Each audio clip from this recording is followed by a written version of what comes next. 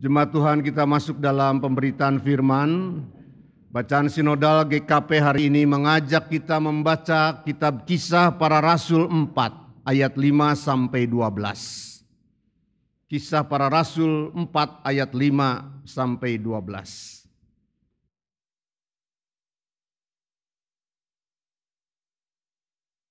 Mari saudara-saudaraku, kita berdoa. Tuhan, sumber segala firman dan kebenaran, dalam sukacita yang besar kami menatap kepadamu, kami datang mendekat kepadamu, kami hendak mendengarkan sabdamu. Urapi kami dengan roh-Mu yang kudus, supaya kami boleh mendengar dengan baik, menyimpannya dalam hati dan dalam sepanjang hidup kami, supaya kami berbuah dan menjadi berkat. Kami menantikan sabdamu Bapa yang membaharui kami di dalam Tuhan Yesus Kristus, firman yang hidup. Amin. Kisah 4 ayat 5 sampai 12. Pada keesokan harinya, pemimpin-pemimpin Yahudi serta tua-tua dan ahli-ahli Taurat mengadakan sidang di Yerusalem. Dengan imam besar Hanas dan Kayafas, Yohanes dan Alexander, dan semua orang lain yang termasuk keturunan imam besar. Lalu Petrus dan Yohanes dihadapkan kepada sidang itu dan mulai diperiksa dengan pertanyaan ini. Dengan kuasa manakah atau dalam nama siapakah kamu bertindak demikian itu? Maka jawab Petrus penuh dengan Roh Kudus, hai pemimpin-pemimpin umat dan tua-tua, jika kami sekarang harus diperiksa karena suatu kebajikan kepada seorang sakit dan harus menerangkan dengan kuasa manakah orang itu disembuhkan, maka ketahuilah oleh kamu sekalian dan oleh seluruh umat Israel bahwa dalam nama Yesus Kristus, orang Nazaret yang telah kamu salibkan, tetapi yang telah dibangkitkan Allah dari antara orang mati, bahwa oleh karena Yesus itulah orang ini berdiri dengan sehat sekarang di hadapan kamu. Yesus adalah batu yang dibuang oleh tukang-tukang bangunan, yaitu kamu sendiri. Namun ia telah menjadi batu penjuru. Dan keselamatan tidak ada di dalam siapapun juga selain di dalam Dia. Sebab di bawah kolong langit ini tidak ada nama lain yang diberikan kepada manusia yang olehnya kita dapat diselamatkan. Berbahagialah orang yang mendengarkan firman Allah dan yang memeliharanya di dalam hidupnya. Terpujilah Tuhan. Haleluya. Haleluya.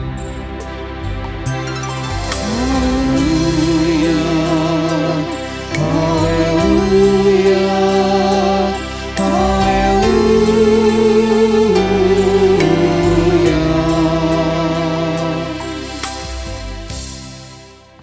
Salam Bapak Ibu Saudara.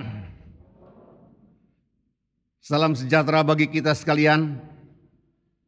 Salam sehat. Puji Tuhan, yang lain gak pada sehat apa? Salam sehat saudara-saudara. Puji Tuhan. Sehat saudara. Itu penting. Itu berharga. Itu yang kita rindukan senantiasa ada di dalam diri kita. Pernahkah saudara-saudara sakit? Sebagian besar pasti pernah ya. Bagaimana rasanya saudara? Tidak nyaman bukan? Sakit itu menderita, ada nyeri di sini, nyeri di sini, nyeri di sini dan seterusnya. Sakit itu bosan, harus berbaring, harus bed rest, harus dirawat. Sakit itu bukan juga hanya soal tadi tapi juga soal biaya. Biaya perawatan, biaya pengobatan dan lain sebagainya.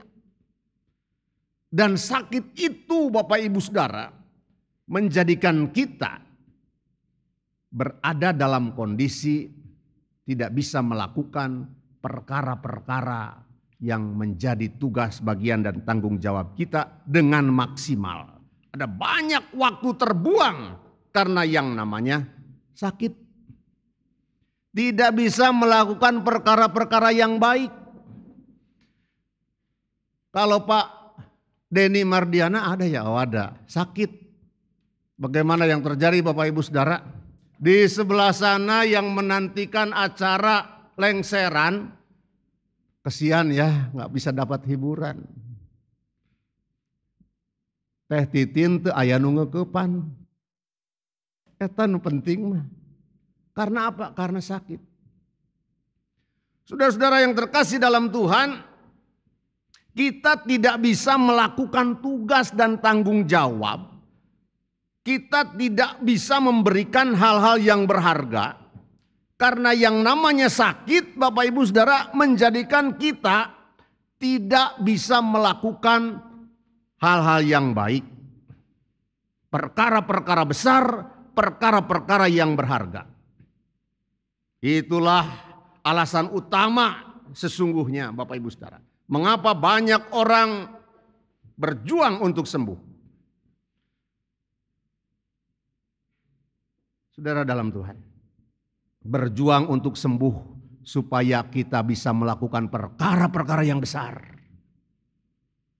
Nah Bapak Ibu Saudara. Kita saat ini berkata-kata, bercerita atau diajak untuk melihat seorang yang bernama Simon. Yang lalu kemudian namanya menjadi Petrus atau Simon Petrus. Saya ingin mengatakan dia ini orang yang telah sembuh. Gimana Pak? Emang sakit apa Simon Petrus? Di Alkitab nggak pernah ditulis entah dia sakit flu, entah dia diabetes atau dia rematik asma, bukan Bapak Ibu Saudara. Bukan itu soalnya. Saya mengatakan bahwa Petrus itu sekarang telah menjadi sosok yang sembuh. Karena apa? Karena ternyata sekarang melalui cerita ini dia bisa menghadirkan diri lagi sebagai sosok yang bisa melakukan perkara besar. Itu kan yang harus digarisbawahi Bapak Ibu Saudara. Kalau kita tidak pernah melakukan perkara-perkara yang berharga entah kecil atau besar, hati-hati, mungkin saudara sakit. Ada sesuatu yang bermasalah dalam diri saudara, dalam diri kita. Yang namanya orang sehat itu harus pernah bisa berjuang untuk melakukan perkara-perkara yang baik, yang besar. Kecil atau besar. Bagi dirinya sendiri, bagi keluarganya, bagi masyarakat, bagi orang banyak. Kalau tidak, kita sedang sakit. Saudara dalam Tuhan, Petrus Simon pernah menjadi sosok yang tidak bisa melakukan perkara yang berharga. Ingat Bapak Ibu saudara ceritanya? Atau begini, pengantar saja. Pernahkah saudara-saudaraku melihat seorang yang nampak galak? Seperti saya galak. Nampak galak, tukang gertak. Mungkin berkumis baplang ya, pernah nggak lihat? Menampilkan sosok yang rada-rada menakutkan. Tapi sekali digertak, ia mengkeret. Pernah ya lihat? Kalau kata orang Sunda, apa ya yang gitu teh? Letik naon ya? Letik burih atau apa? Ya. Sebenarnya dia tuh penakut. Tapi menampakkan sosok yang berangasan gitu ya maksud saya. Nah itulah si Simon dulu. Yang berkoar-koar sebagai murid Yesus. Aku akan membela engkau Tuhan sampai titik darah penghabisan. Jangan pernah meragukan saya, kata Simon dulu ya. Pernah kan? Maka ada cerita kan. Ketika Tuhan Yesus mau ditangkap. Ada salah seorang hamba imam besar tuh yang mau nangkap. Ditarik oleh Petrus. Diambil dia pedangnya. Dan dipotong telinganya, ada ya cerita itu. Namanya si siapa Malkus. Jangan gitu kata Tuhan. Lalu Tuhan ambil lagi telinga itu dan ditempelkan lagi. Itu Petrus, Simon. Saudara-saudaraku yang dikasihi Tuhan, padahal sesungguhnya dia itu seorang penakut. Letik burih. Buktinya di mana? Ini ceritanya lain lagi. Ketika Tuhan Yesus ditangkap, ia dibawa ke mahkamah agama, ia dibawa ke gedung Herodes, ia dibawa ke gedung pengadilan. Petrus ngikutin terus bersama dengan orang banyak. Lalu ceritanya ada seorang perempuan acan ya, ibu-ibu meren. Bukankah engkau pengikut Yesus? Apa jawab Petrus? Enggak, bukan. Lagi dia. Ketemu lagi. Betul lu teh. Muridnya. Enggak, bukan. Kata si Petrus ya. Saking takutnya Bapak Ibu Saudara. Dan kali yang ketiga, pas Yesus rada dekat mungkin di balkon sana. Itu nanya lagi perempuan itu. Betul kamu itu murid orang yang ditangkap itu. Sumpah aku gak kenal dia, kata Petrus. Pas saat itu Tuhan Yesus juga lihat sama dia. Mereka berpandang-pandangan. Lalu larilah si Petrus. Lari dengan sedih dan menangis. Menyadari betapa pengecutnya saya. Betapa tidak layaknya saya. Lalu ia ingat kata-kata Yesus. Hei Petrus yang galak. Sebelum ayam berkokok. Malam ini. Kamu telah menyangkal aku 3 kali. Gitu ya. Dan jadi kenyataan. Betapa pengecutnya. Betapa letik burihnya. Betapa penakutnya Simon ini. Bapak Ibu Saudara, tapi lalu kemudian karena kasihnya, setelah kebangkitan Yesus, Tuhan Yesus menyembuhkan penyakit Petrus, penyakit Simon. Obatnya apa ya? Obatnya hanya 3 kali pertanyaan. Simon anak Yohanes, apakah engkau mengasihi aku? Gitu ya. Ya Tuhan, aku mengasihi engkau. Ditanya lagi, Simon anak Yohanes, apakah engkau mengasihi aku? Sampai 3 kali. Lalu disitulah Petrus menangis. Tapi sekarang menangisnya menangis sebagai sosok yang telah sembuh. Sudah dalam Tuhan. Sembuh dari luka batin, sembuh dari penyakit batin, sembuh dari kepengecutan, sembuh dari sosok sebagai seorang penakut. Ia sedia melayani Yesus. Dan ada lagunya kan? Karena itu dibuat lagu karena sebagai peristiwa yang sangat penting untuk dihayati. Saudara dalam Tuhan, sekarang dalam bacaan kita saya katakan tadi, Petrus telah menjadi sosok yang sembuh. Bukan dari sakit flu, dari sakit penyangkalan. Dari sakit ketidakbertanggungjawaban. Dari yang namanya sakit berbohong. Berbohong kan? Enggak kenal, berbohong. Itu semua sudah sembuh. Sekarang lain lagi. Kisah ini Bapak Ibu Saudara, ketika Yesus sudah naik ke surga, ketika murid-murid meneruskan dan melanjutkan karya Yesus, hadirlah Rasul, salah satu yang Petrus ini. Di depan orang banyak di bait Allah, ia menyembuhkan seorang yang lumpuh. Masalahnya apa Bapak Ibu Saudara? Masalahnya ahli-ahli Taurat, pimpinan-pimpinan agama di Israel waktu itu masih anti Yesus. Yesus masih dicap para pengikutnya dan ajarannya adalah ajaran yang sesat. Dia adalah penista agama. Semua orang yang memberitakan Yesus itu adalah murid penista agama. Mengapa ia dikatakan penista agama Yahudi? karena ia mengaku dirinya sebagai Tuhan. Maka harus dihukum, maka harus dibunuh. Nah, ini ada pengikutnya sekarang. Betapa takutnya murid-murid, para pengikut Yesus. Keadaannya seperti itu, Bapak Ibu Saudara. Tapi lalu tampillah Rasul Yohanes, Petrus.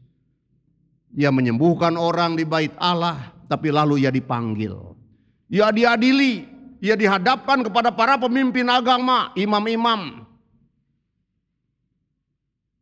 Dan di sana ia ditanya, dengan kuasa siapakah engkau menyembuhkan orang lumpuh itu atau orang sakit itu? Saudara-saudaraku yang terkasih dalam Tuhan, apakah Petrus takut? Apakah Petrus masih pengecut? Apakah Petrus masih sosok yang dulu? Tidak, sekarang ia sudah sembuh, saudara-saudara.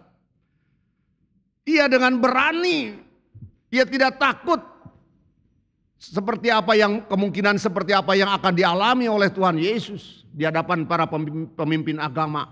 Aku berkata, aku menyembuhkan orang itu bukan atas kuasaku, tapi atas kuasa Yesus yang kau salibkan itu. Terkejutlah para pemimpin agama itu dengan keberanian sebesar itu. Tapi itulah sosok Petrus yang sekarang. Bahkan ia berani mengatakan, hai para imam, Yesus adalah batu yang dibuang oleh tukang-tukang bangunan, tapi yang telah dijadikan sebagai batu penjuru oleh Allah. Dan tukang-tukang bangunan itu adalah kamu. Kamu hendak membangun kehidupan iman, kehidupan keagamaan di Israel. Tapi kamu salah. Kamu menyisihkan, mengabaikan. Kamu tidak memakai, menganggap, membuang Yesus. Kamu salah. Kini ia telah menjadi batu penjuru.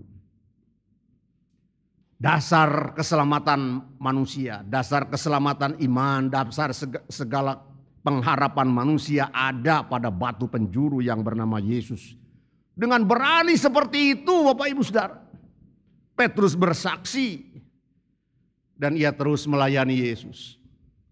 Tradisi mengatakan bahwa ia mati di Roma dengan juga disalibkan. Tapi salibnya orang-orang Roma konon itu enggak seperti salib palang, tapi seperti salib begitu ya, kaki dua. Di situ konon Petrus mati. Sampai akhir hayat ia melayani Yesus. Saudaraku yang terkasih dalam Tuhan. Mari menjadi pribadi yang berjuang untuk sembuh. Mari menjadi pribadi yang berusaha untuk sembuh. Seperti Petrus. Ia berhasil menjadi sosok yang sembuh dan lalu menjadi yang berharga bagi umat manusia. Ia menjadi cikal bakal tahta Petrus. Kalau mau dikatakan paus yang pertama ya Petrus itu. Saudaraku dalam Tuhan. Kita pada saat ini sebagai Gereja Kristen Pasundan di Jemaat Cideres memasuki sekali lagi sebuah arena pesta iman ya. Pemilihan majelis jemaat. Syarat-syaratnya apa sih? Menjadi majelis jemaat. 1 tahun harus menjadi anggota Jemaat Cideres. 2 tahun harus CD. 2 tahun setelah CD minimal. Atau juga harus berusia 25 tahun. Itu syarat-syarat administratif Bapak Ibu Saudara. Tapi syarat utamanya adalah apa? Syarat utamanya adalah sah, layak bagi mereka yang mau berjuang untuk sembuh. Itu syarat majelis. Yang meyakini bahwa Yesus adalah tabib agung. Bukan hanya untuk sakit flu saja, tapi juga untuk sakit rohani. Itu syaratnya. Maka di Renungan pada saat ini saya bertanya, apakah Bapak Ibu Saudara berada dalam keadaan sehat? Syukur ya. Maksud saya, sehat lahir batin. Tubuh fisiknya sehat, tapi juga hatinya sehat. Nuraninya juga sehat. Nuraninya tidak sedang terganggu. Batinnya sedang oke-oke saja. Tidak sedang dirusak oleh virus. Tidak sedang, apa itu istilahnya, yang harus disuntik penisilin itu. Bapak Ibu Saudara, tidak sedang infeksi. Jadi mari kita membayangkan ada seorang yang berkata, saya tidak bersedia menjadi majelis jemaat karena saya dulu penjahat. Saya tidak bersedia menjadi majelis jemaat karena saya mantan penipu. Saya mantan orang yang penuh dengan berbagai kekeliruan. Betul enggak alasannya Bapak Ibu Saudara? Enggak betul ya. Saya katakan tadi syarat majelis jemaat adalah mereka yang bersedia berjuang untuk sembuh. Mantan penjahat pun kalau hatinya terus bersedia berjuang untuk sembuh, oke, sah. Atau sebaliknya, saya bersedia menjadi majelis jemaat dalam hati, nggak ngomong-ngomong sih sama orang. Karena saya punya kepandaian misalnya ya. Oh saya mau jadi majelis jemaat, saya bersedia karena saya punya pengalaman. Memimpin ini, memimpin itu. Saya bersedia jadi majelis jemaat karena saya punya banyak kekayaan. Salah enggak Bapak Ibu? Itu hanya pendukung-pendukung saja. Tapi bukan syarat utama Bapak Ibu Saudara. Syarat utama adalah ketika kita yang benar adalah ketika kita berkata, saya bersedia menjadi majelis jemaat. Karena saya adalah pribadi yang berniat untuk sembuh. Sembuh dari ketakutan-ketakutan saya. Sembuh dari kekurang yakinan saya akan penyertaan, pertolongan dan pimpinan Tuhan. Itu adalah penyakit Bapak Ibu Saudara. Maka marilah kita jalani kehidupan ini menjadi pribadi-pribadi yang baru. Menjadi Petrus-Petrus yang baru di era di zaman ini. Jadi Petrus-Petrus yang baru di tengah-tengah perjalanan kebersamaan Jemaat GKP Cideres. Tuhan memberkati. Amin.